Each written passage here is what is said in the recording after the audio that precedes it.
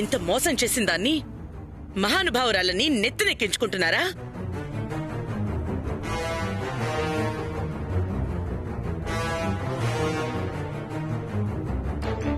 అమ్మా, వైదేహి మనల్ని మోసం చేయడమేంటమ్మా?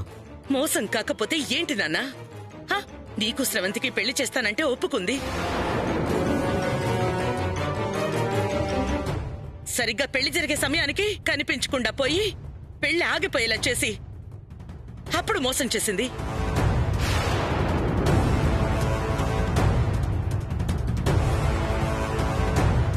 ఇప్పుడు మళ్ళీ నీకు పెళ్లి చేయాలనుకుంటే మొహం మార్చుకొచ్చి మోసం చేసింది.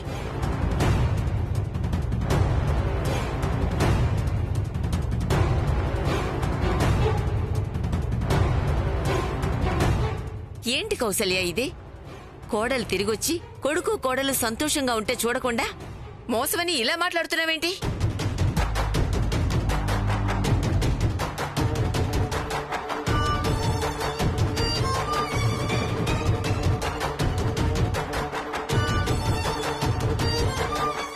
అది నా కొడుకుతో సంతోషంగా ఉంటే మరి నా కోడలి పరిస్థితి ఏంటి? ఇప్పుడు స్రవంతిని పెళ్లి చేసుకుంటాడా చెప్పండి. అయినా స్రవంతితో పెళ్ళేంటమ్మా?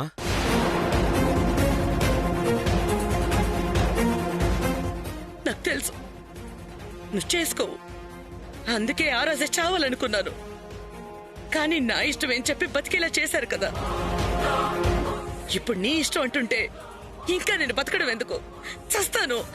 కౌసల్య,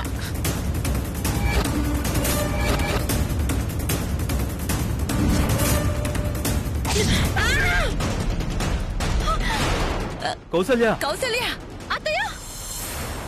వైదేహి ప్లీజ్, వైదేహి వదులు. వద్దు, నేను వెళ్ళి చెప్తాను. వదులు ప్లీజ్, వదులు ప్లీజ్, మీకు దండం పెడతాను. వద్దు. ఏంటి చెప్పొద్దా? ఇంత అన్యాయం జరిగాక కూడా ఇంకా చెప్పొద్దని ఎలా అంటున్నావు? ఇప్పుడు చెప్పకపోతే నీ జీవితం ఏమవుతుందో తెలుసా? చెప్తే అంతకన్నా దారుణం జరుగుతుంది. మా అత్తయ్య ప్రాణాలతో ఉండదు. అవన్నీ బెదిరింపులు, ఎమోషనల్ బ్లాక్మెయిల్. దానికి భయపడి నీ జీవితాన్ని నాశనం చేసుకోవద్దు. లేదు, అది బెదిరింపు కాదు. మిగతా విషయాల్లో ఆవిడ చాలా మంచిది, కానీ కోడలి విషయంలో, వారసుల విషయంలో మాత్రం చాలా ఖచ్చితంగా ఉన్నారు. తొందరపడి ఆవిడ ప్రాణాలు పోతే ఆయన తల్లిని కోల్పోవడానికి కారణమై జీవితాంతం ఆయన ముందు దోషిలా తలదించుకోవాలి. అవసరం లేదు. ఇలాంటి అత్త ఉన్నా ఒకటే, పోయినా ఒకటే. నిజం చెప్తున్నా, కొడుకు కోడలు సంతోషంగా ఉంటే చూడలేని అత్త ఉంటే ఎంత, పోతే ఎంత. నేను నా భర్త కోసం ఆలోచిస్తున్నా. అప్పుడు ఏం చేసైనా భర్తతో కలిసుండే దారి చూడాలి. ఇలా దూరం అయ్యే దారి ఎంచుకోకూడదు. నేను దగ్గరయ్యే దారి చూస్తున్నా. ఇప్పుడు మా అత్తయ్యకి కావాల్సిందేంటి? నేను అనాథని కాకూడదు, అంతే కదా. నా తల్లిదండ్రులు ఎవరో తెలుసుకుంటే నేను అనాథని కాదు కదా. అప్పుడు అత్తయ్యకి ఏ అభ్యంతరం ఉండదు కదా. ఎప్పటికి తెలుసుకుంటావు? అంతవరకు నీ కోడలి స్థానం ఉండాలి కదా. అక్కడ నీ భర్తకు వేరే పెళ్లి చేస్తుంది మీ అత్త. ఇప్పుడు నువ్వే వైదేహివి అని చెప్పి పెళ్లి ఆపడం తప్ప వేరే దారి లేదు వైదేహి. అదే పరిష్కారం అయితే ఇంతవరకు ఎందుకు ఆలోచిస్తాను? నేనే వైదేహినని చెప్తే మా అత్తయ్యతో పాటు నేను కూడా ప్రాణాలతో ఉండను.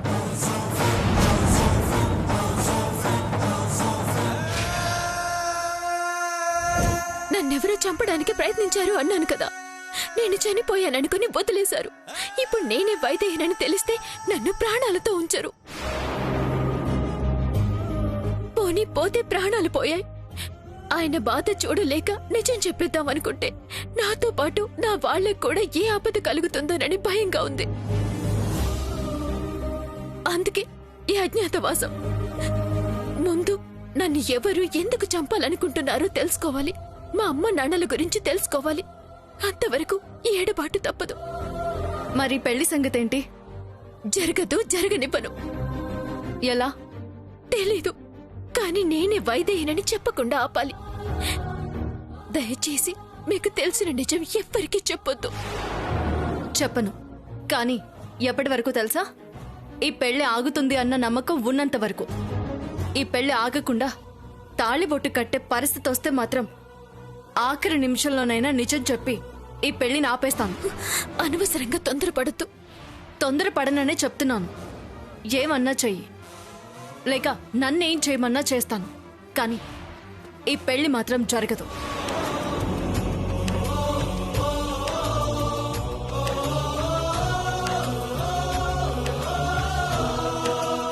ఆడదానిగా ఈవిడకి నా మీదున్న జాలి అత్తయ్యకి లేకుండా పోయింది. రామయ్య, ఈ పెళ్ళాపటానికి ఏదో ఒక దారి చూపించు.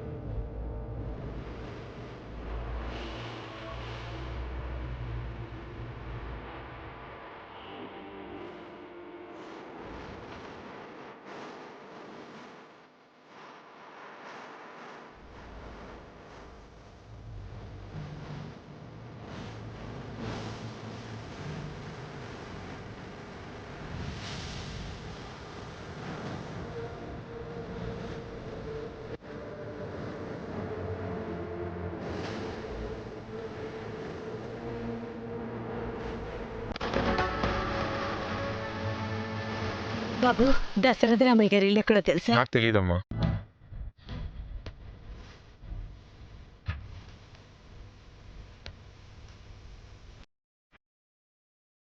బాబు, దశరథ రామయ్య గారి ఇల్లు ఎక్కడో తెలుసా? తెలీదండి.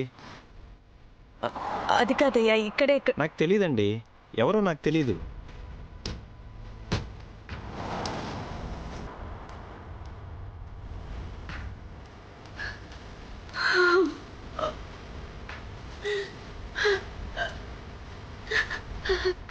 ఎక్కడున్నావు అన్నయ్య?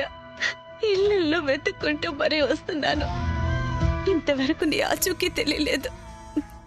ఎక్కడున్నావు అన్నయ్య? అసలు ఇదే ఊళ్ళో ఉన్నావా?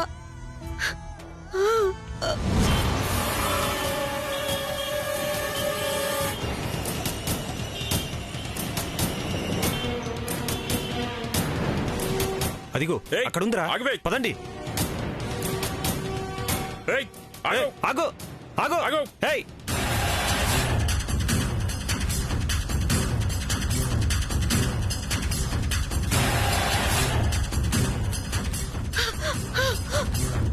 ఆగో ఆగో ఏయ్, ఆగో ఆగో ఆగో ఆగో. ఏయ్,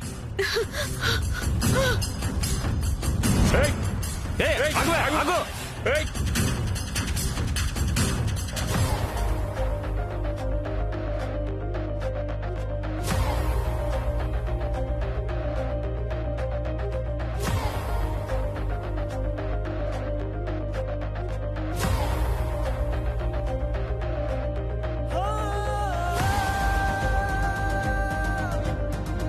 ఏమండి, ఇక్కడేం చేస్తున్నారండి? అక్కడ గెస్ట్లందరూ మీకోసం అడుగుతున్నారు. ఈ పెళ్లి మన అబ్బాయికి ఇష్టమైన కౌసల్య?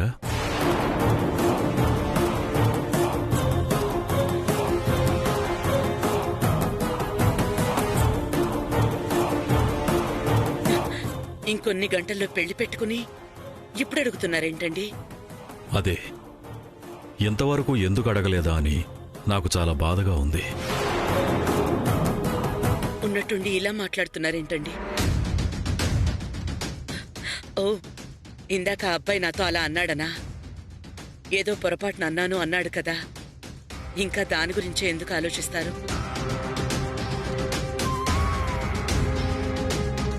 వాడిష్ట ప్రకారమే పెళ్లి చేసుకుంటున్నాడు, చూశారు కదా బయట అందరితో ఎంత సంతోషంగా ఉన్నాడో.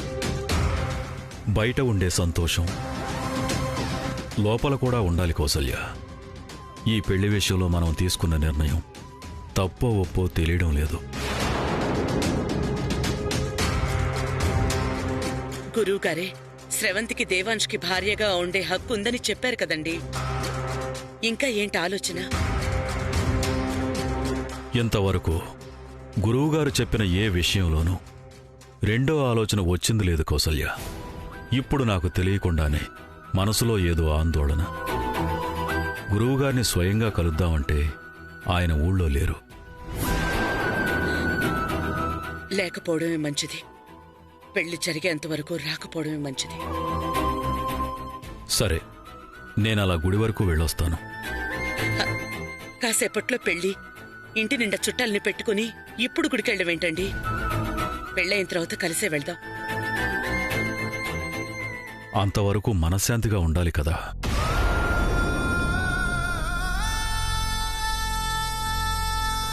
ఊళ్ళో వాళ్ళందరికీ తీర్పిచ్చే నేను నా కొడుకు విషయంలో ఏం చేస్తున్నానో అర్థం కావడం లేదు. ఏది మంచి అయితే అదే జరిగేలా చేయమని దేవుణ్ణి వేడుకుని వస్తాను. అప్పుడైనా కాస్త మనశ్శాంతిగా ఉంటుంది.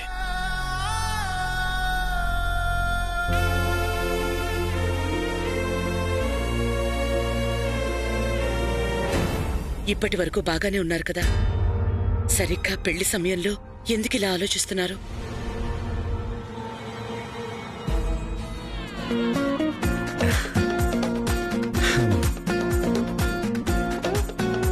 ఇంకొన్ని గంటల్లోనే ముహూర్తం వైదేహి. నీకోసమే ఈ ఏర్పాట్లన్నీ. వస్తున్నావు కదా?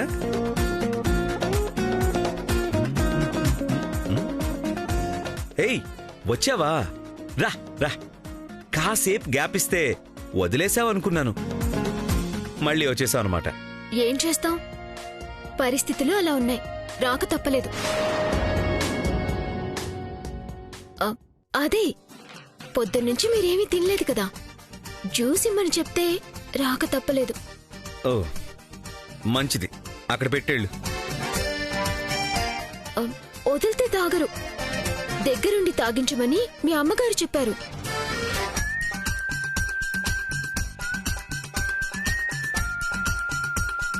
ఆ పాయిజన్ బాటిల్ ఏ ప్యాకెట్లో పెట్టారో తీసుకోండి, తాగండి. థ్యాంక్స్.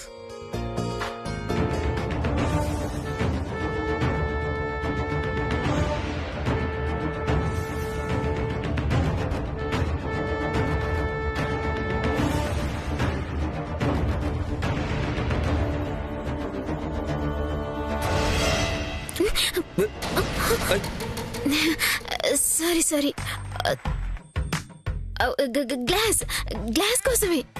అంటే తాగిన గ్లాస్ చూస్తే కానీ మీరు తాగారంటే మీ అమ్మగారు నమ్మరు, అందుకే. తీసుకో.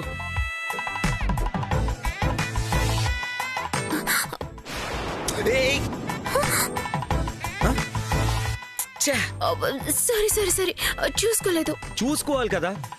ఇప్పుడు బటన్ లేని షర్ట్తో పెళ్లిలో ఎలా తిరగాలి?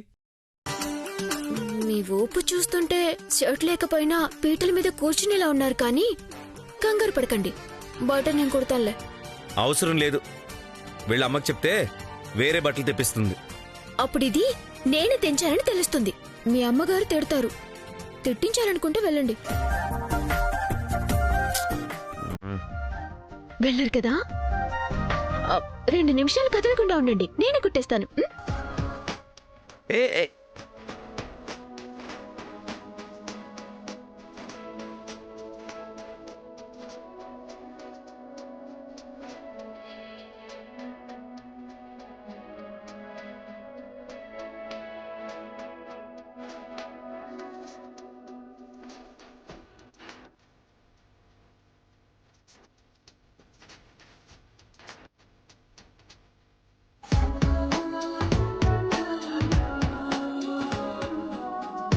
నీకు నా గదిలో ఎక్కడ ఏమున్నాయో అంత కరెక్ట్ గా ఎలా తెలిసిపోతుంది? నాకెందుకు తెలీదు? అక్కడ పెట్టింది నేనే కదా.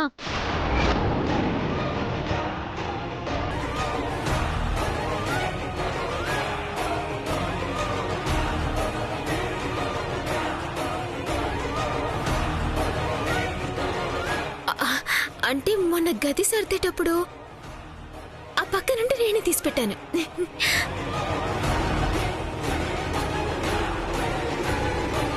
గుండె కుట్టినట్టే కుడుతూ జేబులోంచి పాయిజన్ బాటిల్ తీసేయాలి. నేను కుట్టుకుంటానులే. ఏంటి చేతులా? నేను కుడతానులేండి, కదలకుండా ఉండండి.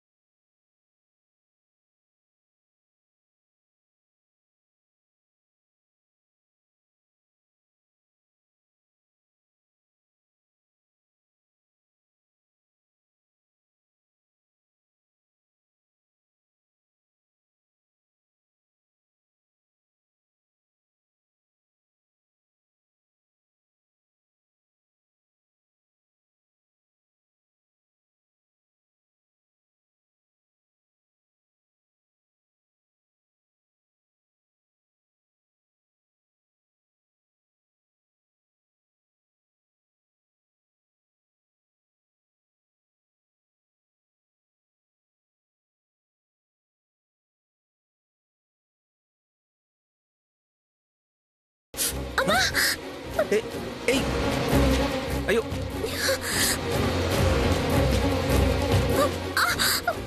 గుచ్చుకున్నావా? నేను కుట్టుకుంటాను అంటే నీ చేతులు చేత కాదు అన్నావు. ఇప్పుడు నువ్వు చేసిందేంటి?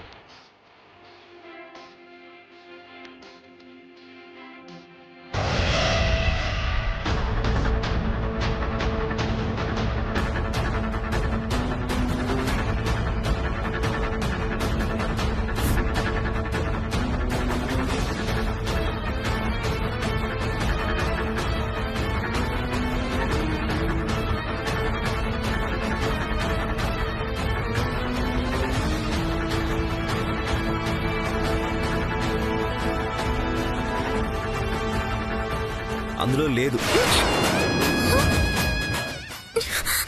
ఇందులో కూడా లేదు.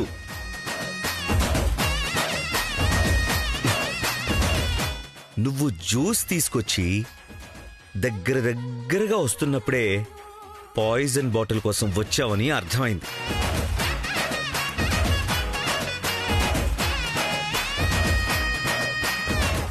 అప్పుడే దీన్ని పక్కన పెట్టా.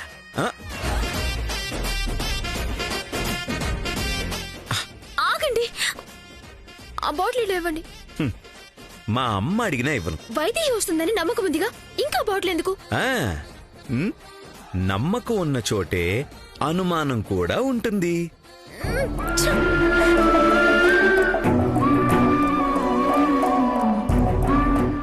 దృష్టి అంతా జేబుల మీద ఉంచి పక్కనే పెట్టిన సంగతి చూసుకోలేకపోయానే. ఇప్పుడు ఎలా అయినా దగ్గర నుంచి తీసుకోవాలి.